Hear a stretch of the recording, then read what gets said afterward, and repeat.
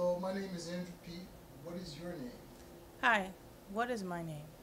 My name is Ruby Sparks. Nice to meet you, Ruby. What is the title of your job?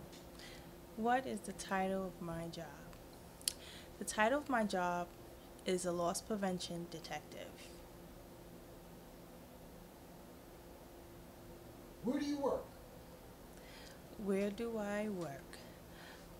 I work in large retail companies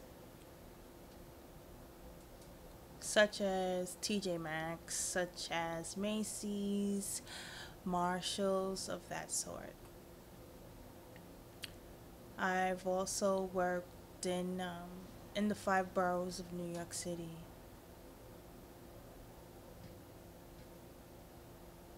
How long have you been working as a loss prevention specialist?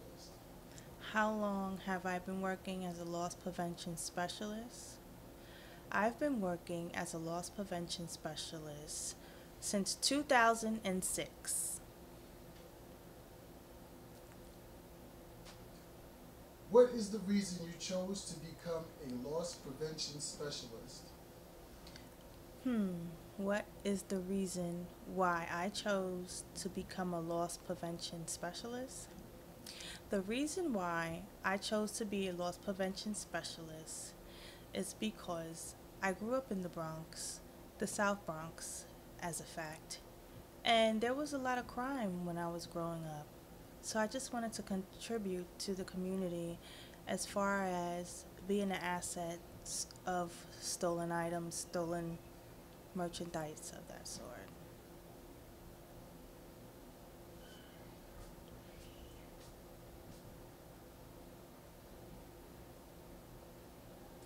Did you have to get any specialized training in order to become a loss prevention specialist? Did I have to get any specialized training to become a loss prevention specialist?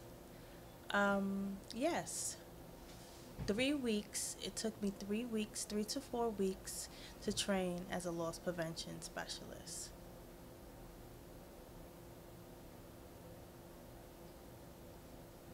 Where did you get your training? Where did I get my training? I received my training from the job itself. They had specifications on how to obtain the stolen merchandise as far as litigation purposes. We were trying to prevent any lawsuits, so it was very technical and it had to be assigned by the company.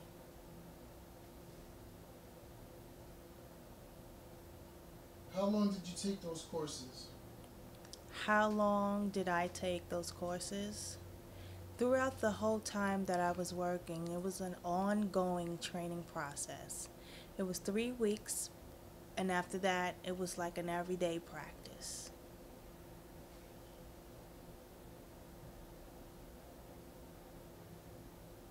How many hours do you typically have to work in a week? How many hours do I Typically have to work in a week. How many hours do I typically have to work in one week? On about 40 hours. It can go up to 50 or 60. Say, like, if I'm leaving at the end of the day and I find someone stealing, I won't just leave.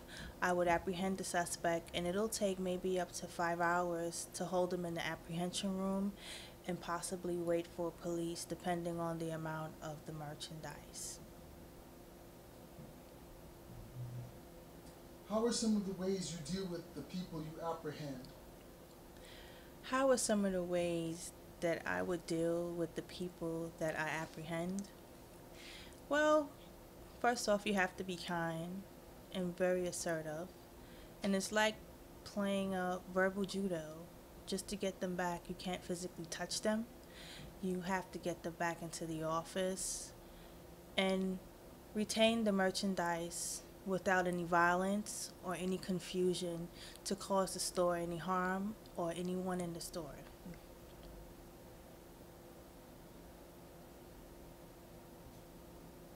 Has someone ever tried to get away after you've apprehended them? Have someone ever tried to get away after I have apprehended them? Yes, of course, a number of times. It depends on the individual, especially if they have any mental disorders or are abusing any narcotics. You can tell right away by the disposition, and it'll probably be embarrassment on their behalf, and they wouldn't want me to stand eye to eye with them and question them anything about their personal life. They just want the merchandise and to go, and they will start fighting or spitting or doing those violent acts. So in those cases, we just let them go, with or without the merchandise. What are some of the challenges you must overcome on a daily basis? What are some of the challenges that I must overcome on a daily basis as working as a loss prevention detective? Well, some of the challenges are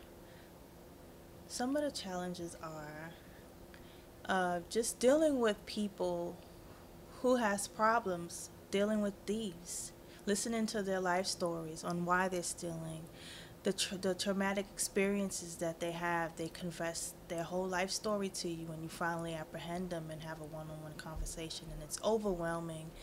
And me being a single parent, I have to go and take care of my kids and be like a psychotherapist on a 24/7 basis. So, like, it's just like a kind of traumatic experience where I have to go and just meditate and calm myself, and then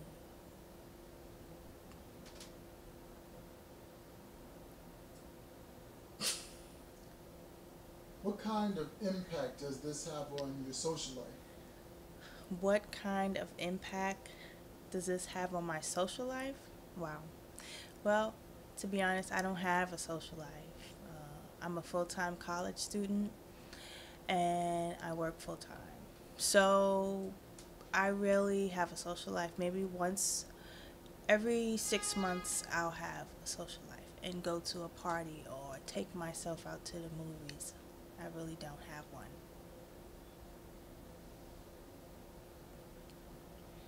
What are the most serious issues you have to deal with as part of your job? What are the most serious issues I have to deal with for the most part of my job? Yeah, as part of your job. As part of my job, the most serious issues are, like I said before, the ones with the drug abuse situations and the mental health, the people with mental issues. It's hard to communicate with them, obtaining their identification as far as like the legal work that we do. We take down the paperwork so we have everything on record of what's being stolen and stuff like that. Just dealing with them is hard to communicate.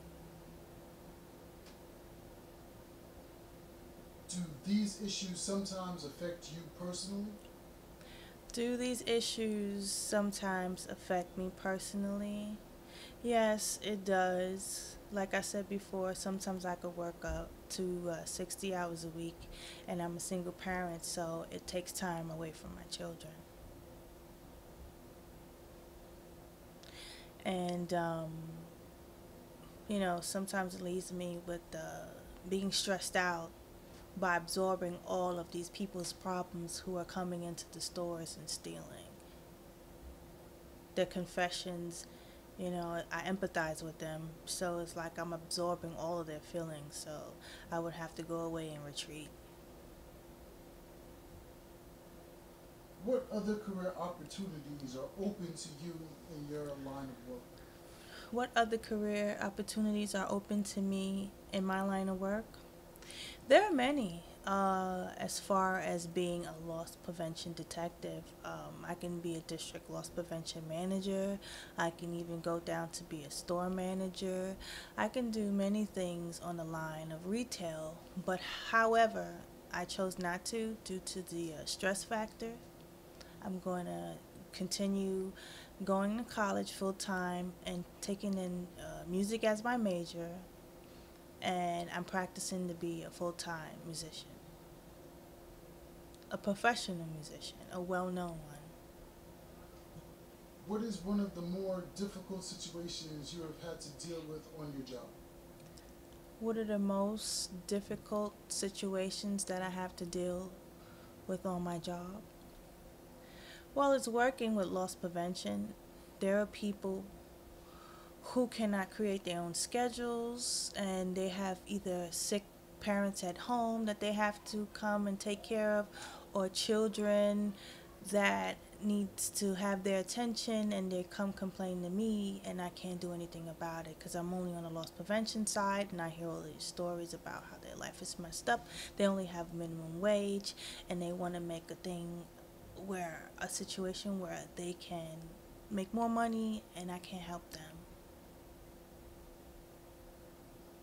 Do you have any input in developing strategies to use while on the job to aid you in preventing losses? Can you repeat that question? Do you have any input in developing strategies to use while on the job to prevent losses? Do I have any input in developing strategies to prevent any losses on my job? Well, no, I don't. I'm sure they have it all in place as far as litigation, and if I practice anything else, I would be fired.